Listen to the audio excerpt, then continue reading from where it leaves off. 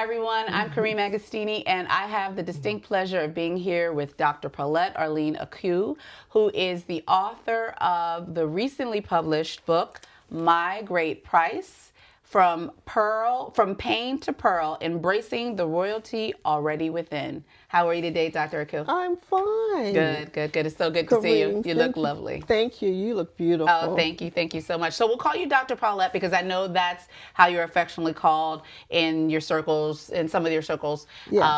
So I'll call you Dr. Paulette so it won't seem so formal. So we're here today to talk about your new book. And first I want to ask, well, first, yes, congratulations. Yay. Thank Congratulations on becoming a published author. You know, that's Thank you. something that is a accomplishment in and of itself. Yes. Okay. Thank you. And I guess, in that, let's talk about that. Let's talk about just a little bit, because we have an idea of where we want to go here. Let's talk a little bit about how you came to be an author. What made you write this book? As we see it here, and I have my marked up, red copy that is all, love marked it. up because I took a lot of notes when I read it. But what brought this book about? Basically, I felt that I needed more healing from my childhood trauma. Okay. And there were triggers that were coming up in my adulthood, and I was concerned about those things after a while. And then I started praying, going to scripture, then seeking therapy and spiritual direction. And so all of that, culminated for me to come to this place that I said, I just need to, write it out, and maybe my story can, is someone else's story, no doubt, in some way that they can relate to it. Okay. And maybe if they see a person like me, I've gone through different things. My past was what it was, but even though we are not our past, but yet our past does have an impact on our future. If they can see that I've come through victorious, healed, and still healing, Yes.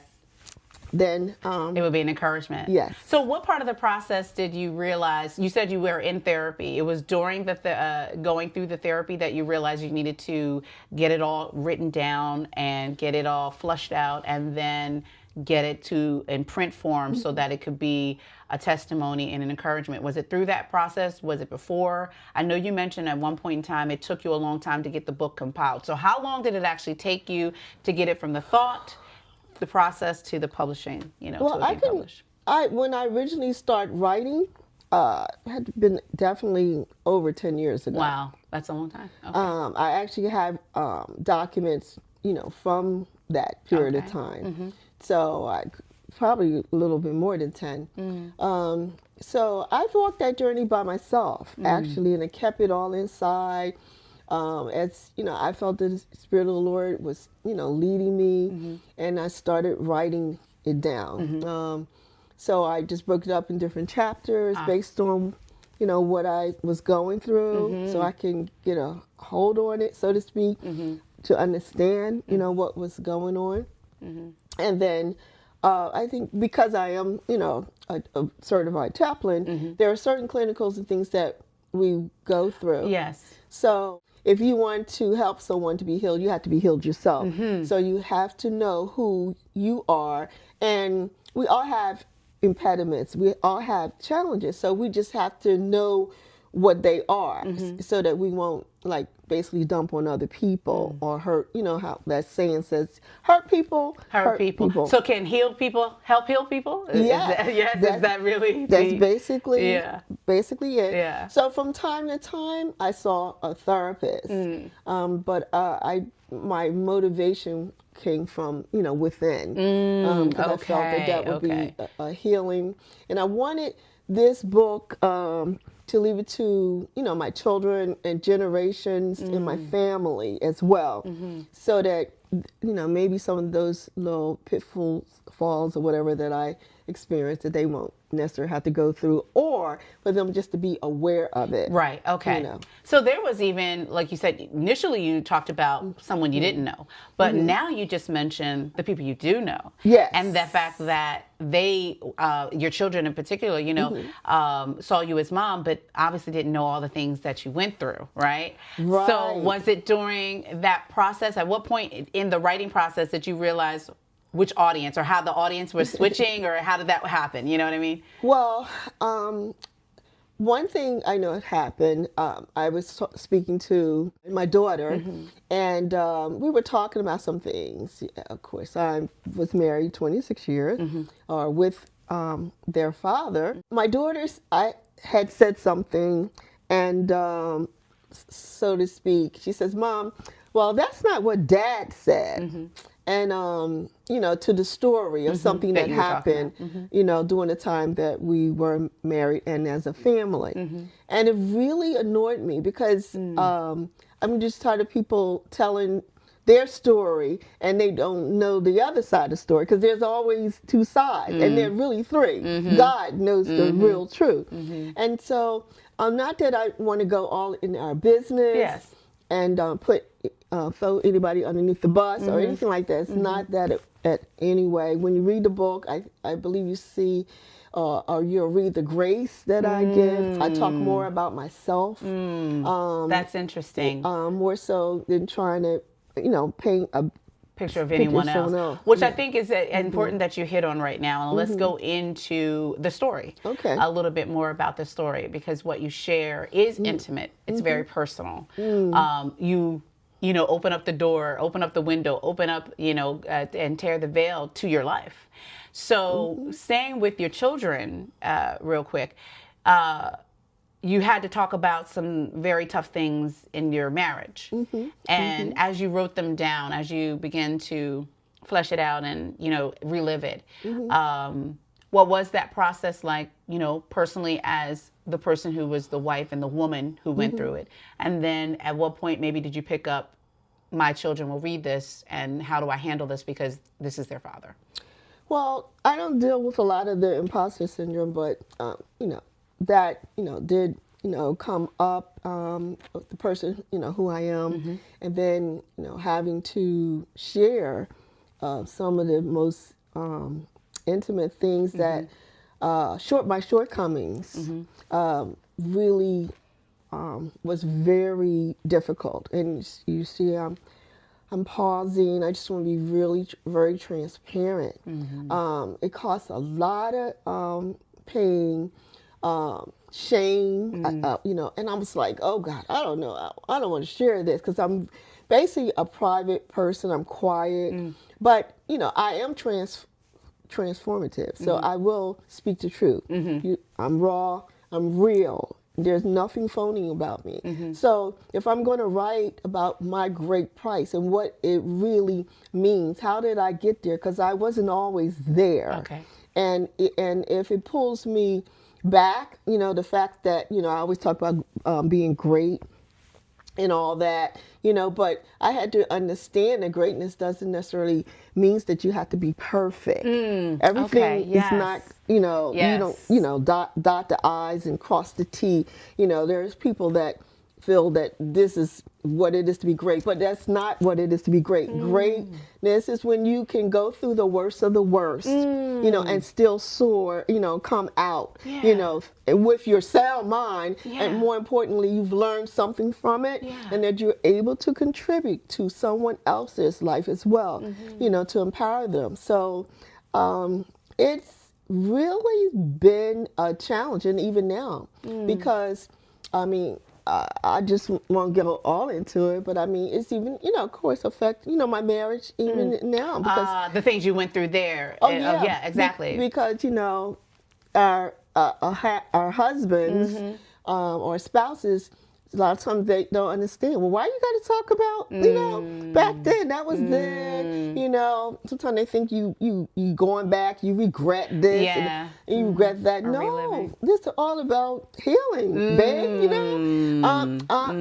look, I was writing this before I met you. Right, yeah, I'm getting this out now. Interesting. Let's stay there for a second. Okay. When you got to this point where, 2 years ago, or I don't know how long you and your husband, your now husband, knew each other before you got married, but Five total. Okay, now. 5 total. Okay, great. Okay, so 5 years total, 2 years that you've been married. So when you came there, do you think you were healed, or were you still healing, or how was it that you could approach that That's a good relationship? Because then, like you said, at some point now during the process in this last year or whatever it was, you finalized the book. So you were in your past for a minute, living there. So how did that all, manifest, and how did that work in the current relationship, in your current marriage? Well, first I'm thinking about Philippians, talk about he that begun a good work in me shall perform it until the day of Jesus Christ.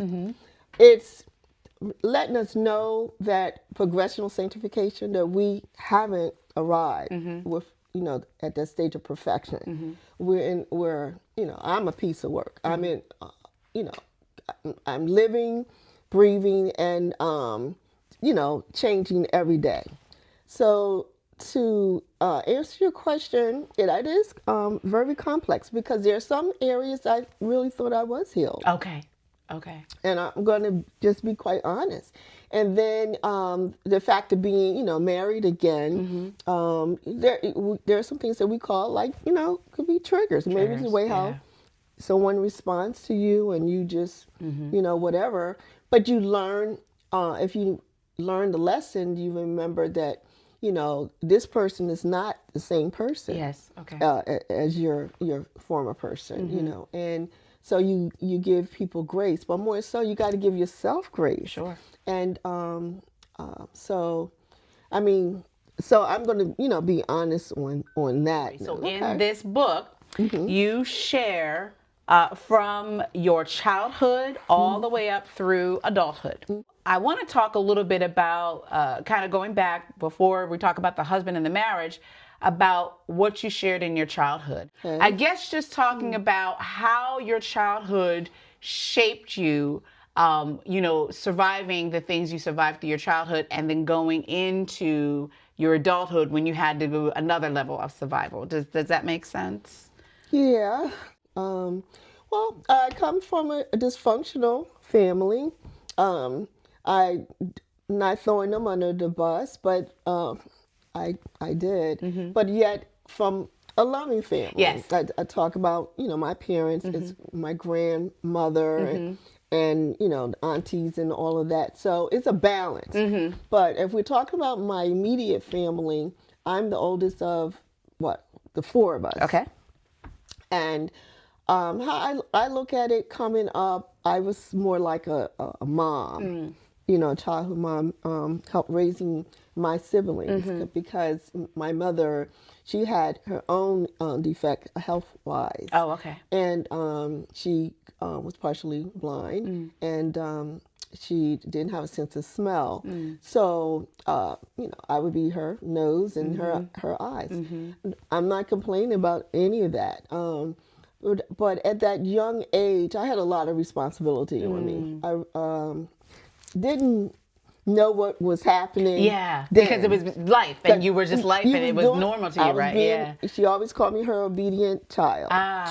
She used to always say, Arlene, you're so obedient. And so I even hear it now when I need that, to let me know that it's, I'm okay. But my father was very authoritative, from the old school.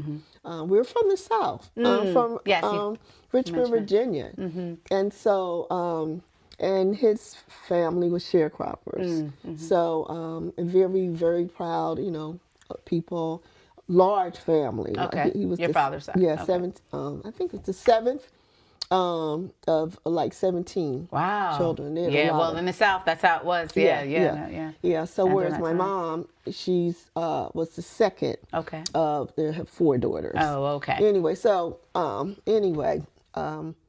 being they moved from Richmond, Virginia. I won't say so they can tell in the book why we moved from Richmond, Virginia to Okay. Philadelphia. Okay, but you moved up, right? Yes, that's So- how you got into this area. Yeah. And so my father got a new job and he lost it. And once we were here, and he just became an alcoholic, etc. Basically, after moving to Philadelphia, I experienced a lot of racism. Okay. And sexism, and violated, by my dad, and I kept his secret, and I guess the picture of the trauma and the let's say anguish and all the stuff started because I kept everything to myself. Bottled up, which Yeah. is normal for people who are violated, I was especially like young 12, or anything like 12, 13 years old. That is girls, not abnormal. And I felt like I was afraid of him. He was I call it like narcissistic as we know today, but very he was abusive. He was an alcoholic. He was abusive of my mother, of us, and we weren't allowed to express ourselves. And not ever. What he said went. So we were afraid of him, and I was afraid of him, my mother, because she was abused. Yeah. So, so we lived in that kind of environment. We lost his job, became an alcoholic, and then he was most of the time in and out of the house. So he wasn't there. So my mother had to, raise us, fend for her. So You got through that hard childhood, and you made it to young adulthood. And when did you meet your husband, your former husband? yeah, well, I became a teenage mom. Ah, okay. So it happened during your teenage year. Okay, right. Yeah, had a like I said, a lot of unprocessed emotions. Sure. No one that I felt that I could really share. Even though my grandma and I was very close, but she was in Richmond and I was in Philadelphia, Okay, so a lot yes. of things that I was experiencing, I would try to call her and say, "Grandma, this is happening," and "Grandma, that," and she would give me encouraging words and everything. But she wasn't in the house when I was going through stuff. Sure. And so, what I encourage young women, don't share all your stuff that's going on in the house, because sometimes these guys, young guys, they know you're vulnerable. Oh, don't share it with people like that might be potential suitors or something like that. Exactly. Okay. Right. Even Don't open up. now, you don't have to be young. As an adult, because when we talk about the narcissistic versus the more kind person, people well-rounded. use that. Yes. They bait you and try to take advantage of you. Yes. Now, I don't want to totally point that picture of my ex. We met. A friend of mine's moved to out of the projects because we lived in the projects at the time, and so we went to visit her. Her name is Val. Valerie and Audrey and all my girls. We were walking along Springfield Avenue, and there was these boys that was in the laundromat, and they saw us, and so they all came out. Okay. And I was looking all cute and everything, young people. Right. Yes. Right. And so my ex came and introduced himself as Bing, Bing no lie. And so from then we hit it off. And so I think if anything, I probably used him as a therapist and sharing a lot of stuff that was going on. Makes and sense. That kind of preceded us to get closer to what we should at that young age. Makes and sense. then You needed an outlet at that point. You needed something. So all of that sounds very natural, very normal, and to your earlier point, a lot of people will be able to relate to it. Yeah. There's no way. This book was not to, just relive the past and relieve the pain for the sake of that. It was really to, as you said earlier, to show that you survived. And as I mentioned before, and our conversation, you didn't survive. You didn't only survive, you thrived. You became accoladed many times over. Your education, your seminary background, you are, well known. You have organizations. You're CEO and founder of organizations. There are a lot of titles and a lot of things that you have achieved, and so even that will be encouraging to people to know that if you can survive it, you can thrive with a new life and with new purpose and with something that can keep you going for sure. Exactly. We raise our children in the Christian family. But it also shows, and the scripture that we love as me and my house, we shall, serve the Lord. But as we know in maturity, when you're doing great work for the Lord, we have an adversary. And we've always overcame every fight, but we were victorious in the Lord. Yeah, but sometimes, things happen. Yeah. I think we talked before when we said, Christians are not immune, nor are they, protected from pain. Yeah. That even the scripture says in this life we will have many trials and many tribulations, many troubles. But the Lord will deliver us. And the Lord said, and even with suffering, and suffering, yes, if we are not we're not a part of Him, right? If we don't, yes. And why do we have Ephesians putting on the whole armor of God? Yes. We got to be fully dressed, yes. To fight the battle. But you notice we don't have anything on our back because Jesus, He's our rear guard. He got our back, and we just have to keep our eyes on the Lord. But because we are imperfect people, things do happen. So, but we're a good family. We're still family. Yes. And I just thank God, for that. Because in a way, your whole family survived, not just you, right? Your whole family survived. Exactly. And I actually left the area at one point. Okay. And I think I said that in the book. I went to New York, and then God told me to come back. Okay. And I think it was first of all, for my healing. And that's when I moved here. Okay. In New Jersey. And but it was also to help the healing of my children. I see. My family, because I left, there was answers. My kids, would ask me questions that I couldn't answer then. Yeah. And that's another reason why I can say why I wrote the book. Yeah. Now I have the answers to their questions. Yeah. Back then, I didn't have the strength to process it. I have a question for you then, because I think this is something that, you talk about in the book, but I want you to expound upon it here. And I even think this will help circle into the table and the two people you mentioned earlier. Let's talk about the pearl. Okay. When you look around your home, pearls adorn your home in addition to other decor. Let's talk about why you chose a pearl among the many gems, the precious gems that you could make the analogy as far as, going through pain and, coming out precious and priceless. Let's talk about that that choice. Well, well, it's culturally, from the family wearing pearls, but pearls are organic. They're just not, manufactured. I think we talked about a diamond at one point, because that has to be processed, but not, not a pearl. It represents, royalty, a lot of grace. It depends, on the shape of the pearl, but it's smooth.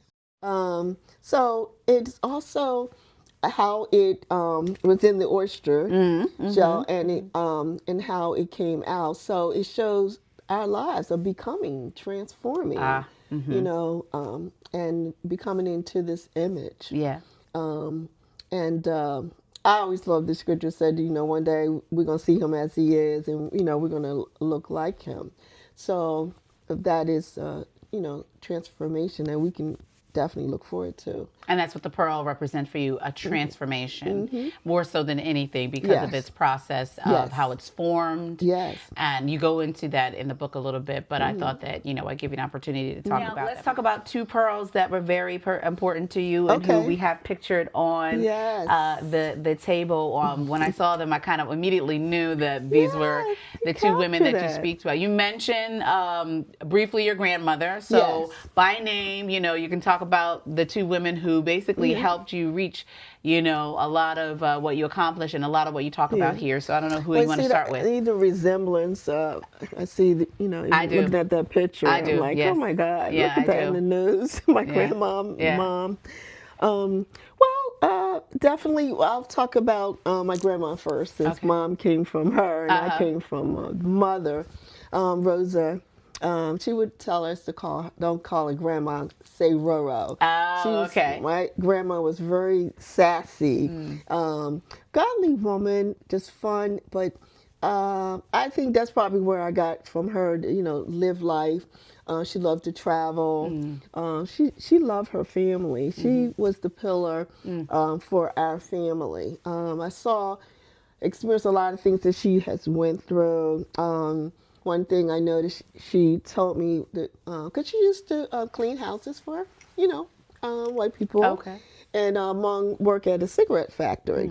And so they did what they had to do. Sure.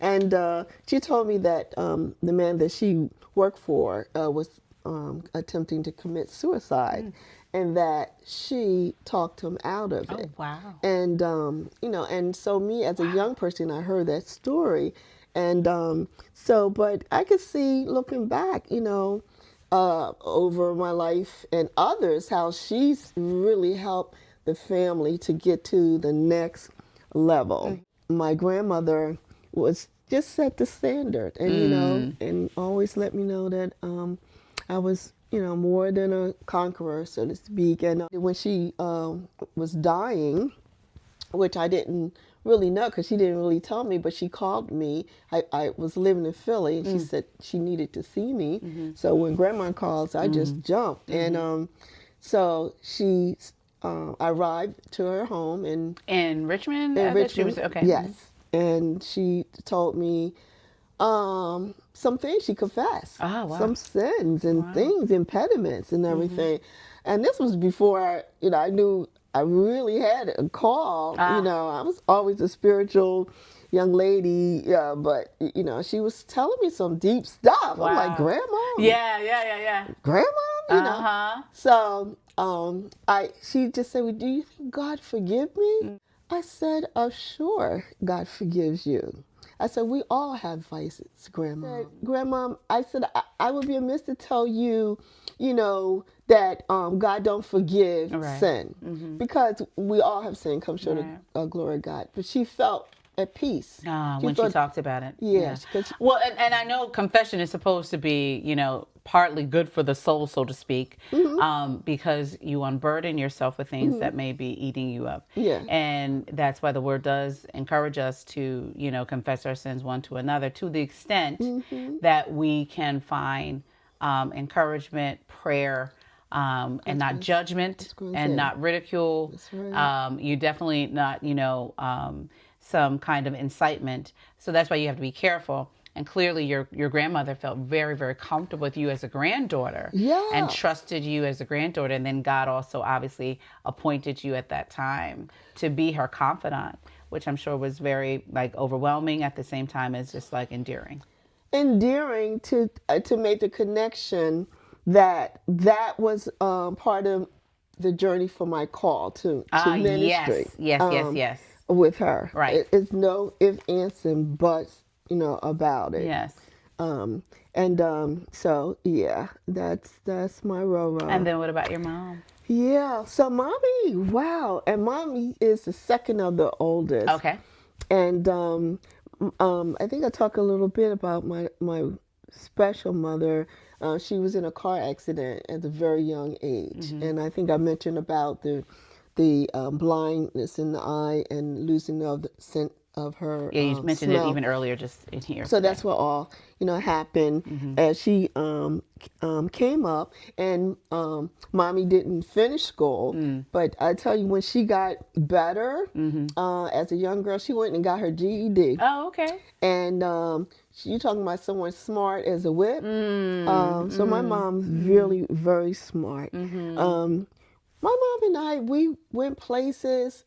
She always depended on me, so I just feel like I was her sister at one point. I see. But I did respect her, As mother, as yeah. my mom. I have a lot of my mother's ways. I was going to say, I'm actually just going to ask you, who do you think you're more like? What do you call that? Empath. Empath. Someone empath. Thank you. That is very kind.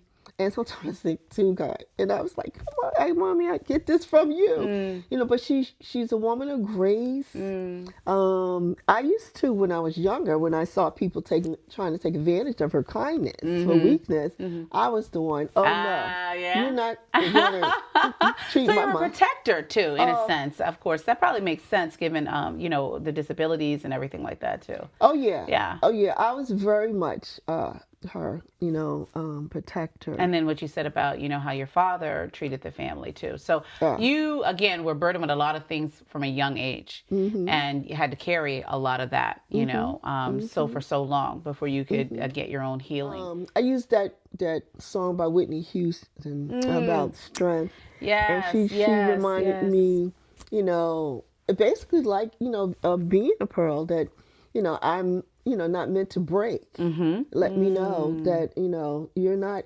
broken. So she reminded me of that, and you can do this.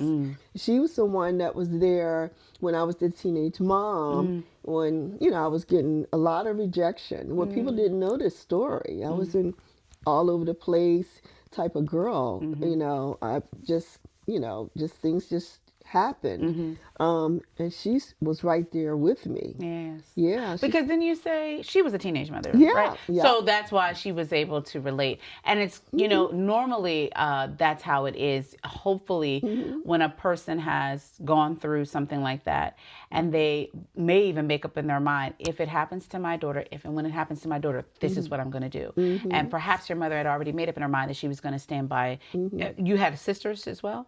Yeah, I have a sister and I have two brothers. So who either of her daughters, if it happened to her, or perhaps even her son, if one of her sons got someone pregnant. So she may have even made up in her mind that that was what she was going to do. Now, I know a lot of people have passed, including your dear mother and grandmother, and there are other people that you've mentioned in the book that have passed. But of those your father's passed. You tell about his story, and that how you all met late in life, and how that happened as far as any kind of reconnection, if not reconciliation, but reconnection. But I wanted to talk about the people who are alive and the people who have read the book, and I want to kind of move toward what life has been like since the book has been published. So how has it been for the people who've read your book? You're in your family, the friends you may have mentioned. What has been the reception of your story being on paper and published? First I would start with like my girlfriends. I mentioned Deborah, Valerie, and oh boy, they're just really singing my praises. Even though they was there with me at some point, and they know the pain, but they know the joy. They're very proud, that I wrote it, and that they see it on the bigger picture, that is going to help other people too. But more so, they're glad that I, came to some kind of solace with my own past, and that I'm able to live with it and to change the trajectory of my story in some areas and to move forward. And so, we've had, lunch. They've referred the book to their friends, etc. My children, they each have the book. To be quite honest, we haven't talked a lot of detail. But my son held up the book on social media in his church, and I've heard him preach, and he's said some things. To show that he's read it and at least looked through it. He know. And so I'm really very proud. They know I dedicated to them, and then, my mom. My siblings, I'm still in the process of giving it to them. Oh, okay. So All I'll right. probably send them as a maybe Christmas gift. Ah, I see. So some people have read it and they're well familiar with what you shared. Some people, there remains to be seen. But largely you receive support from your family. My grandson, Okay. he let me know, I'm reading the book. He said, I'm going to try to learn something about our family history. I'm like, okay. I said, call me if you have any questions. Yeah. Because to that point, when you did this, you did record a part of family history. And and that's to the extent that's why your grandson could say that, because you talked about your upbringing, where you're from, the roots. You talked about that the connection to those places. So yeah, I don't even think that you thought about it like that, but this is a record of some of your history, and that does open up the door for conversations to happen within the family about where everybody comes from.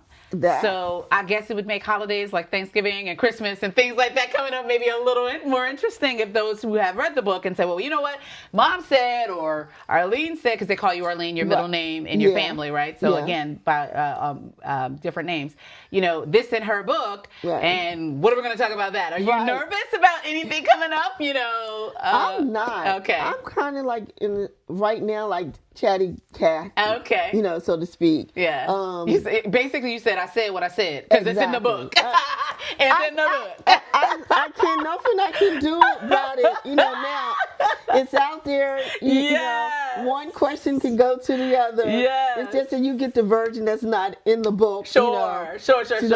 But I'm looking forward to it. I'm just owning my truth. Yeah. Okay. I'm just owning. Who I am. I know who I am. I know whose I am.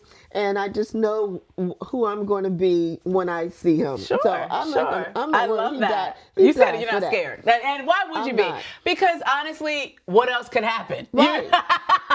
Well, look, you accept me or you don't. Look, I've been rejected before or, whatever. And we're not even trying to talk bad about people to that extent. I'm just saying. Yeah, no, I got it. I can handle it. Yes. Clearly you have shown that's really what we're talking about. That you can handle it. That you can handle the blows. That you have and you can and you will continue to. Because if it didn't knock you down yet, it's just less and less likely to knock you down. I wish more people would write a book. And be more, transparent, especially us as believers. Come on. We just paint this picture like we've been like perfect, a 10 all our lives. Come on. And that's and we're not even 10s now. My God. Exactly. And some more people will come probably to the Lord if we would just let them know what God has delivered us from. He said we overcome by our testimonies, right? In the blood of the Lamb. I mean, it's so much that we could share. Now, I know that, again, here I go, I always do the pros and cons. There are some people will just use that, to crucify you. Sure. But, you don't put anything out there that you can't, really handle. And then if you think you can handle it, sometimes you feel like, oh my God, do I want to Funny you should say that. When you use the word crucified. Yeah.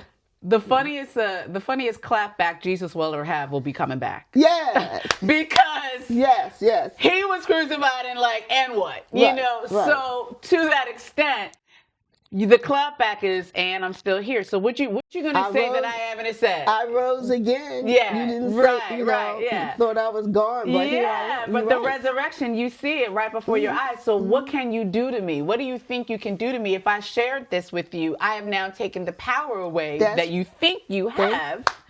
Because I said it, you can't use it against me. So I really love what you're saying as far as like if we told our story, then it empowers us and it actually deflates the enemy and anybody else who wants to be an adversary, because then they'll just make themselves look like a hater. Honestly. You're right. Exactly. So, there's that. Then what do you think is next for you now with the book? I mean, what are you doing as far as the marketing of the book? I know that it came out late summer and then it was re-released because there was, and it was necessary for it to be re-released. But, what are you doing now that the book is out? I did do some other book signings. Okay. And I'm looking forward to doing some a conference, Conferences, okay. and also like a book like club kind of Oh, thing. okay, okay, sure. But based on the book, and so on dealing with trauma, that is, my thing, and even getting more into spiritual direction, from the book and just from my life. Okay. I've really been seeking the Lord, What like to do. So where this is basically up on the floodgates. You have more that's going to come out. and I'm going to write some more books. Some more books. Oh, good, good. And from a scholarly point of view, as well, from a more clinical, I'll say clinical. Okay. Because as a chaplain, we don't diagnose, but that's not a dig, because to learn and teach someone about psych ed, because usually people get diagnosed, they don't really know what that means, So we teach them how to live, with that diagnosis. But I like to say we're not our diagnosis. Ah, yes. Yes, necessarily. Sure. Because I know that I'm not my trauma. I might experience something, but I'm not it. Well, Not that label. I love that. And I think that's going to be a great place to kind of round this out. As a final kind of, if you will, promo, as a final kind of word for who this book is for, why it was written, and what they can expect from it.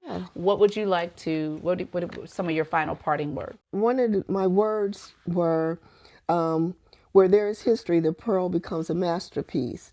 Now the masterpiece is revealed. The portrait of my womanness is complete. And the final painting was born from the hands of gifted artists. So that, knowing that, just like the oyster, we focus on the pearl, but if it wasn't for the oyster, to defend itself and to generate what it needed to do to protect itself, as a result, what came out of it was a good thing, the pearl. So there are other people that's in our life that God brings that helps us to become who we are. Even though we're doing the work, but they are like polishing us, so to speak, like the pearl, so that we can radiate and we can shine, and our body kind of be shaped, so to speak. So that's my thing from the book, is that we're not here alone, and that we need community, we need family, and most important, we need you need God. The pearl of great price is the parable that I use. That's the thread that's throughout the book. So that's what I really use to critique of my life.